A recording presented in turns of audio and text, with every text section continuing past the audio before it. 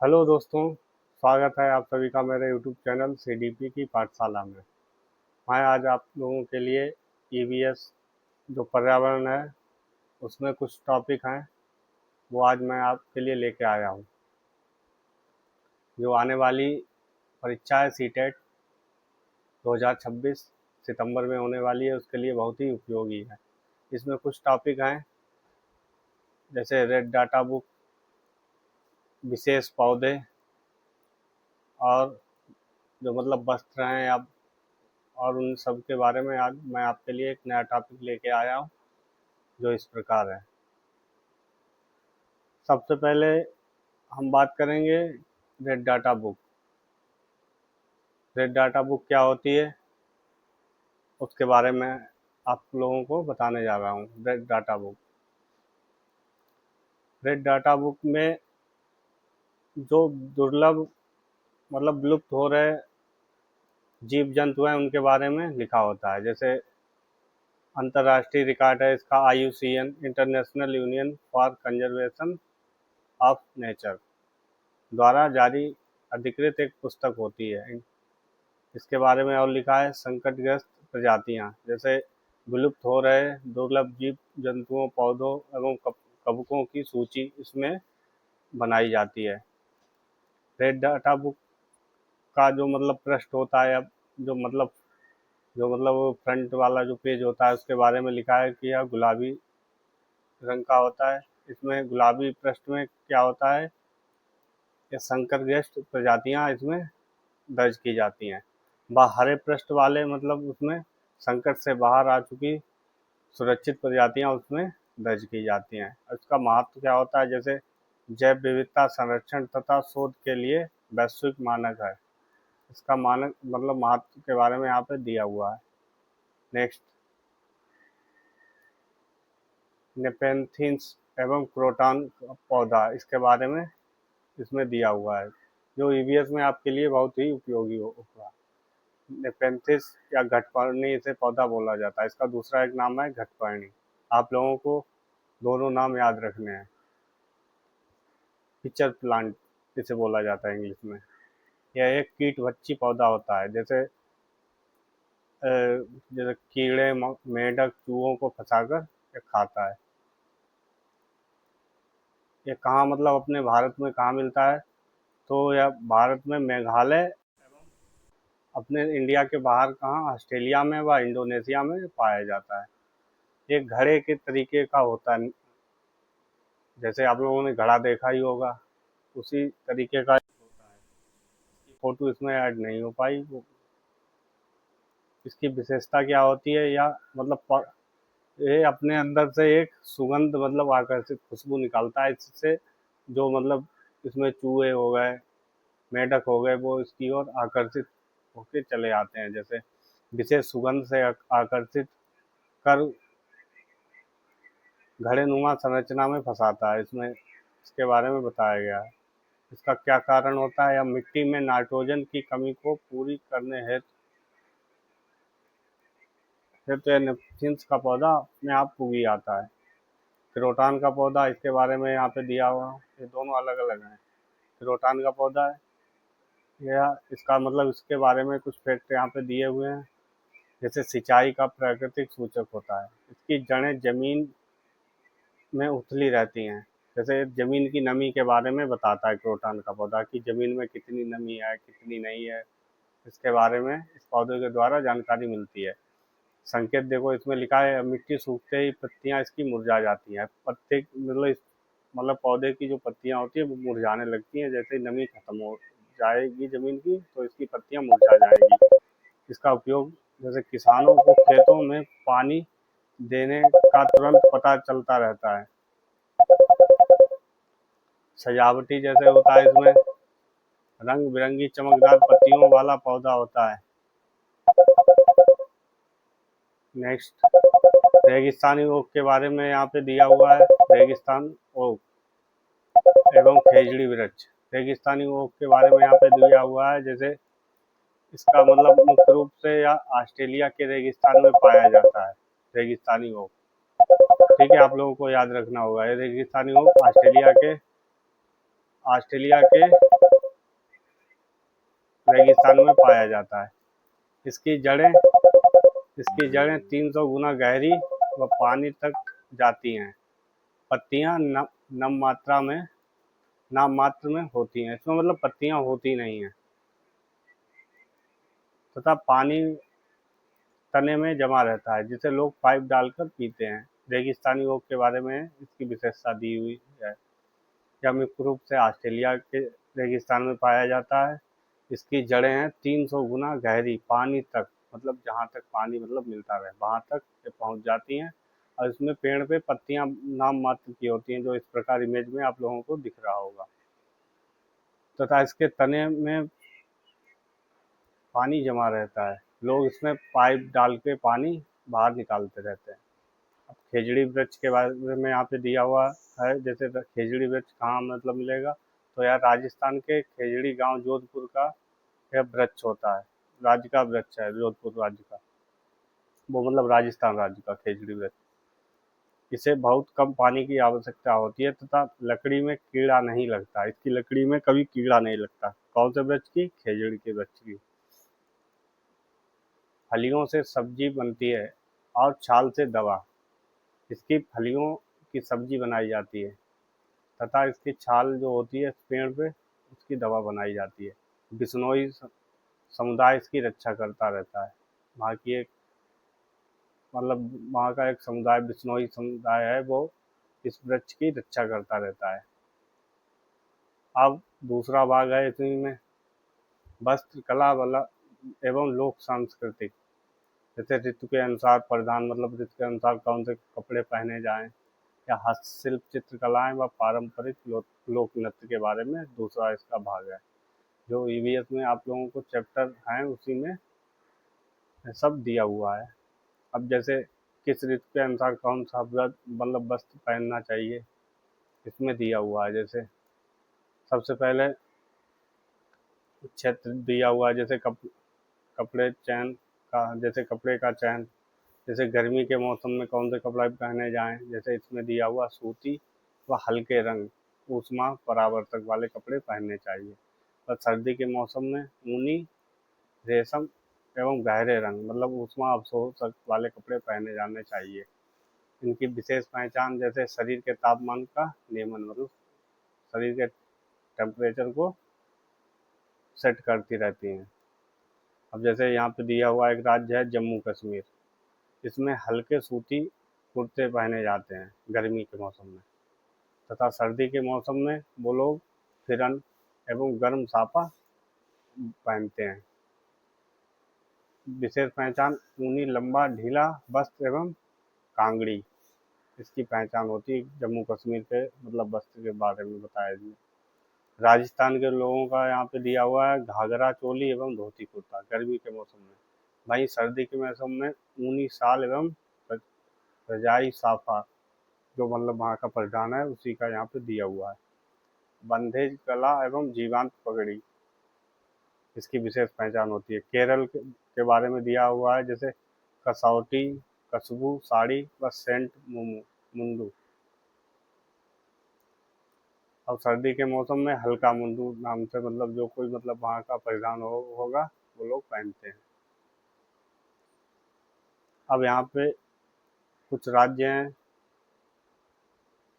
जिनके बारे में यहाँ पे दिया हुआ है। जैसे आंध्र प्रदेश में पोचमपल्ली एवं कलमकारी, या विशेष बुनाई एवं प्राकृतिक रंगों की साड़ियाँ की छपाई होती है। पोचमपल्ली व कलमकारी। पोचमपल्ली को जीआई टैग प्राप्त हुआ है, मतलब प्रमाणित है। वहीं उत्तर प्रदेश में कन्नौज का इत्र, जैसे फूलों से इत्र बनाने के लिए प्रसिद्ध है कन्नौज उत्तर प्रदेश में। यहाँ कचनार के फूलों की सब्जी एवं कथक नृत्य यूपी के लिए प्रसिद्ध है। यूपी का यहाँ पे देखो नृत्य भी दिया हुआ है, कौन सा है? कथक। एवं यहाँ पे क्या लिखा हुआ है? कचनार के फूलों की सब्जी। जैसे आप लोगों से पूछा जाएगा कि कचनार के फूलों की सब्जी किस राज्य में बनाई जाती है, तो आप लोगों को देना होगा उत्तर प्रदेश में। वहीं आपसे पूछा जाएगा सहजन की, तो आप लोगों को मुंबई आंसर लगाना होगा। पोचमपल्ली यहाँ पे दिया हुआ है कि यहाँ की क्या विशेषता है, तो आप लोगों को ये बात भी याद रखनी है। उत्तराखंड फूलों की घाटी मतलब बोला जाता है। चमोली जिले में स्थित प्राकृतिक स्थल एवं केवल कुछ हफ्तों के लिए रंग बिरंगे फूल खिलते हैं। वहीं कर्नाटक के बारे में यहाँ पे बताया गया, चन्ना चन्नापटना व खिलौने, जैसे पारंपरिक लकड़ी व हाथी दांत से सुरक्षित खिलौने। बांदीपुर राष्ट्रीय उद्यान एवं चंदन के लिए प्रसिद्ध है। वहीं मधुबनी चित्रकला, जैसे यहाँ पे मधुबनी की एक फोटो लगी हुई है, तो बिहार के बारे में यहाँ पे मतलब बताया गया है कि बिहार मधुबनी चित्रकला के लिए भी प्रसिद्ध है। मधुबनी जिले की अति प्राचीन लोक कला है। इसमें क्या दिया हुआ है, जैसे चावल के घोल में प्राकृतिक रंग जैसे नील व हल्दी व फूलों का रस मिलाकर बनाई जाती है। जो मधुबनी पेंटिंग है वो नील हल्दी एवं फूलों के रस मिलाकर बनाई जाती है। आप लोगों को ये बात याद रखनी है। इसमें क्या क्या मतलब उपयोग होता है, तो चावल के घोल में। नेक्स्ट इसमें पॉइंट दिया हुआ, चित्रों में इंसान व पशु पक्षी, पेड़ फूल एवं देवी देवताएं दर्शाए जाते हैं इसी चित्रकारी मधुबनी में। और प्रसिद्ध यहाँ का भोजन है बिहार का लिट्टी चोखा एवं मुख्य पर्व है छठ पूजा। वहीं मिजोरम के बारे में दिया हुआ, जैसे चिराव बांस नृत्य, जैसे फसल कटाई पर किया जाने वाला पारंपरिक नृत्य है चिराव। जमीन पर बांस की जोड़ियों को ढोल की ताल पर आमने सामने थपथपाया जाता है। यहाँ की मुख्य मतलब कृषि होती है झूम खेती। अब यहाँ पे कुछ आवास दिए हैं, उनके बारे में मतलब हैं इस प्रकार। नेक्स्ट पार्ट में सबसे पहले आता है असम एवं मनाली के पारंपरिक आवास। असम के घर के बारे में बताया गया है कि अत्यधिक वर्षा के कारण 10 से 12 फीट ऊंचे बांस के खम्भों पर बनाए जाते हैं, क्योंकि वो असम में आप लोगों को पता ही होगा इस टाइम बाढ़ बहुत ज़्यादा आई हुई है, तो इस वजह से वहाँ के लोग मतलब 10 से 12 फीट ऊंचे बांस के खम्भों पर घर बनाते हैं। अंदर से भी घर लकड़ी के बने होते हैं। असम का यहाँ पे बिहू त्योहार पर बांस के पुल एवं भेला घर बनाए जाते हैं। प्रसिद्ध असम की चाय है। मनाली के बारे में यहाँ पे दिया हुआ है, हिमाचल प्रदेश पहाड़ी इलाका है जहाँ भारी वर्षा एवं बर्फबारी होती रहती है। अब यहाँ पे घर यहाँ के किस प्रकार के होंगे वो भी यहाँ पे दिया हुआ है कि घर पत्थर एवं लकड़ी के बनाए जाते हैं। छतें वहाँ की छतें जो होती हैं वो ढालू होती हैं ताकि बर्फ पानी आसानी से फिसल सके। अब आप लोगों को लद्दाख एवं श्रीनगर के बारे में यहाँ पे जानकारी दी हुई है। जैसे लद्दाख कोई लोग ठंडा रेगिस्तान मतलब बोला जाता है। यहाँ के घरों के बारे में बताया कि 2 मंजिला घर, निचली मंजिल पर खिड़की नहीं होती, और पशुओं व सामान के लिए ये लोग उपयोग करते हैं निचली मंजिल को, और अपने आप जो दूसरी मंजिल होती है वहाँ पे रहते हैं। जैसे दीवारें पत्थर व मिट्टी व चूने की छतें समतल लकड़ी की होती हैं। यहाँ की जो होती हैं दीवारें वो पत्थर की होती हैं, मिट्टी व चूने की छतें समतल लकड़ी की होती हैं। चांगपा जनजाति, वहाँ पे जो कल मैंने आप लोगों को पढ़ाया था, जैसे वहाँ पे रेवो टेंट में रहती हैं एवं पश्मीना बकरियाँ पाली जाती हैं। पश्मीना शाल के बारे में यहाँ पे जो दिया हुआ है, 6 स्वेटर जितनी गर्म होती है 1 साल। श्रीनगर कश्मीर, इसके बारे में यहाँ पे बताया गया है कि डल झील में हाउस बोट जो चलती है वह 80 फीट लंबी होती है। आप लोगों को ये सामने जस्ट दिया है, जैसे हाउस बोट के बारे में यहाँ पे बताया गया है जो 80 फीट लंबी है। एवं घूमने हेतु शिकारा, एक नाव होती है उसको बोला जाता है शिकारा। वहाँ के लोग उसका प्रयोग करते हैं घूमने के लिए। लकड़ी की नक्काशी को भी खतबंद कहते हैं। यहाँ पे जो मतलब आप लोग देख रहे होंगे नक्काशी यहाँ पे जो लोग यहाँ की गई है, इसे ही खतबंद कहते हैं। पुरानी खिड़कियाँ बाहर की ओर उभरी होती हैं जिन्हें डब कहते हैं। तो यहाँ का एक प्रसिद्ध पेय होता है, उसे कहावा बोला जाता है। अब केरल के बारे में और मुंबई के बारे में यहाँ पे दिया हुआ। केरल को ही मसालों का राज्य बोला जाता है। परिवहन, जैसे लकड़ी की छोटी नाव को ही बल्लम बोला जाता है। यहाँ पे जो लकड़ी की छोटी नाव होती है उसे ही बल्लम बोला जाता है। बड़ी नाव को फेरी कहते हैं। यहाँ पे दो नाव के बारे में बताया गया है। एक छोटी नाव को क्या बोला जाता है, बल्लम। बड़ी नाव को ही फेरी बोला जाता है। यहाँ का भोजन मतलब यहाँ पे नारियल के तेल में पकी हुई मछली एवं टेपियोका यहाँ के लोग भोजन में पसंद करते हैं। यहाँ की संस्कृति जैसे कथकली नृत्य, यहाँ का जो नृत्य है वो कथकली है। मसालों के बगीचे जैसे इलायची और तेजपात का पत्ता।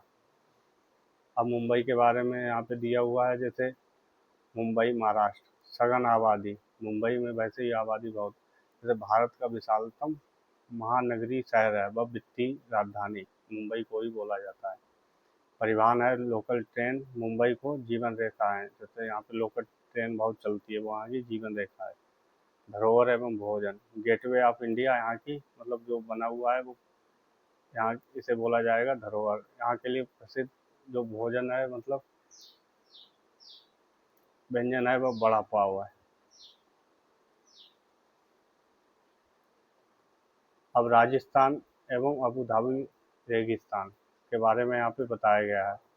जैसे राजस्थान, थार का रेगिस्तान राजस्थान के बारे में बताया। जैसे अत्यधिक गर्मी, घर मिट्टी की मोटी दीवारों वाले होते हैं ताकि अंदर ठंडक रहे। यहाँ के जो घर होते हैं वो बहुत मिट्टी की मोटी दीवारों वाले होते हैं ताकि अंदर तक ठंडक रहे।